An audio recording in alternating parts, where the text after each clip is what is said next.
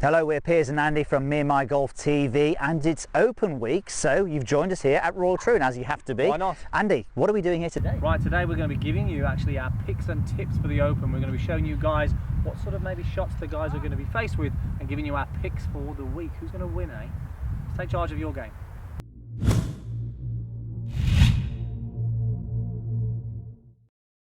Right then, so we're here on the 18th fairway. You'll hear a little bit of noise going on from the workmen putting the stands up, but Andy, we've been here all week and this is a phenomenal golf course. It looks pretty extreme, I think, when the conditions are going to, if they are bad. If there's no wind at all, I think it's going to play okay. But if it's windy here, it's so tough on some of those tee shots which are blind as well. And I think, you know, you're going to see the typical sort of link style shots, the knockdown shots, you know, sort of imagination with the short game running in low. But what sort of strikes out to you when you see this golf course and what the players are going to handle? It's a traditional out and in, so we've got the 9 holes going out and then we've got the 9 coming back. Now the front 9 is key here. If you can make a score on the front 9, then it's going to help you, because the back 9 is really where it starts to get tough. You've got 10, 11, which are monster par 4s, really tricky, blind tee shots, and then you come up to 18 here, which is another great finisher, 464 yards. So I think the guys are going to struggle. I mean, after doing some work here this week and seeing what type of course, it's quite easy to hit a bad shot and actually make a double bogey. So the guys who can keep it on the fairway and in play, I think the guys who are going to be more accurate are going to sort of come out on top at the end of the week. And you can see as well from the tournament history that playoffs, we had a couple of playoffs in the last 3 where it's sort of obviously sort of quite close together. 3-hole playoff, wasn't it, with Norman Grady and Calcavecchia when Calcavecchia won. And it makes you think, you know, when the conditions get tough like that, and it gets a little bit fiery as well. If we get, you know, the nice hot weather, we can be bouncing all over the place. So it is. Bunkers are then in play. They really are in play. Yes. Yeah, definitely. So definitely controlling that ball flight, like you said there, Andy. Being accurate is really important, and having a really good strategy and staying cool as normal. Yeah, definitely. And the short game is a must around here. If you're going to be missing the greens, you're going to be playing some low, some different shots. Which brings us to our tip, I think we should go and show one of those different shots on our tip. Okay, let's give it a go. So we are on the 18th hole. We are 31 yards short of the flag off the green. Does a shot spring to mind? 2004, Todd Hamilton. He had this shot to save par. Well, actually just save par to get it onto the green. This is the third shot here.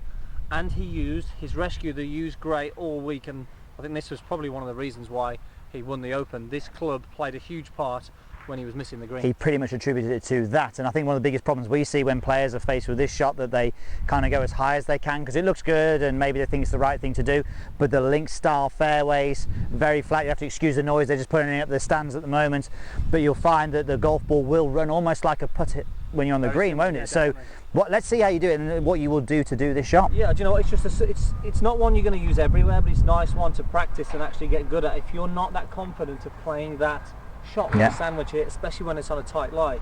So to do this well, all I'm going to do is I'm moving quite close to the golf ball, choke down on the golf club, so I'm standing quite tall, and I'm going to play this very similar to a putt. So there's hardly any motion here required because it's just going to go along the ground. Now it's a lot shorter swing than it would be for a sandwich, which means if we don't quite get it, it's going to be a much safer shot. Yes. So I'm just going to almost lightly brush the ground. You don't even need to hit the ground on this. It's quite. Going to get it running forward. It's interesting, the design of the club with it being so flat on the bottom as well. If you do miss-hit it, it actually glides through the ground a bit better, doesn't it? We can do as good as Todd did, shall we? It doesn't look too bad. Running towards the hole. Doesn't look too bad. Come on then. Early. Come on then. Oh, it was right on line as well. Sure, but you know what? Again, it's a much safer shot to have. I'd be quite happy with that one. I've got that to save par and win the Open. No problem, I'll roll that in easy. Yeah, no problem at all. Okay, make sure you give that a go because it definitely can help your game. So, right, it's time for the picks. Now, this is actually extremely difficult because 15th Club have only got data from the last sort of 3 events here, which have been quite spread out. So we've had Mark Calcavecchia win it, who was a long hitter. We've had Justin Leonard win it, who was probably one of the short hitters, and then Todd Hamilton, who was a bit of an outsider. So it's actually quite tricky to actually pick somebody. But they've given us a lot of players to choose from, and we've sort of gone with what we feel. I mean, this is going to sound really bad. Jason Day, you know, it's hard to say put against this guy, but it's interesting with Jason Day. His game didn't really come on until last year's Open at St Andrews. He was tied 4th. Before that, Best was tied 30th at St George's, so he hasn't really got Open pedigree. But his short game has sort of gone to this level, which is somewhere up here somewhere. So he's obviously contending all the time now for majors. So I'm just going to go with him. Good, powerful hitter, tough golf course. Yeah, why not? Yeah, certainly needs to keep it in play around here. Right, my Pick for the winner is going to be Ricky Fowler. Ricky Fowler has had a pretty good experience on links courses. Out of his 9 starts on links courses, he's only missed 1 cut. Obviously, he had a win at 2015 at the Scottish Open, Yeah. And tied second. I think it's actually second at in 2014. I think Hoylake it was there. So he's, he enjoys links golf. He's not the most powerful. In short game, maybe he's not as good as some of the others, but his all-round game and the fact that he likes links golf could be a good thing for him. Really, Okay. I quite fancy him to do it. You going with that then? No, that's pretty good. It'd be good if those two were down the stretch together, wouldn't it? All right, okay. So outsider, Shane Lowry, the beard and everything. So what we're saying with Shane is the beard. Now, if he wins, I'm going to obviously have to grow the beard. I think they're the same colour as well. So with Shane, I mean, he has got an amazing record in links golf. So he won the Irish Open as an amateur. Okay, he's missed 2 cuts out of the last 19 events that he's played on links golf courses, so he knows how to compete on these links courses. He's got the game for it, obviously playing in Ireland as well.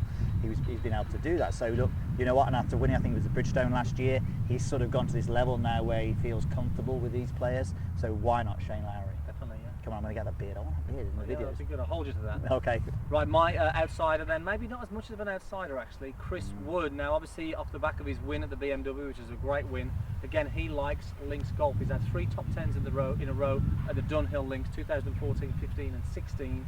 So on the back of that form and the fact that he likes links golf, I think he's only going up and up, and he's going to be dying to get into the Ryder Cup. So let's see, I think it's a good choice that is really.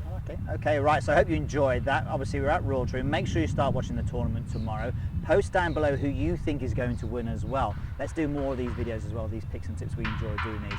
And also make sure you check out that tip as well. Get a bit of practicing on that. And Andy, they've got to subscribe if they haven't already, Yes, haven't make they? sure you subscribe, guys. Hit the button below for more videos every single week to help the game. Post any comments, questions about anything, and we'll hope to get back to as many as we can. Thanks for watching. Cheers. Enjoy the Open.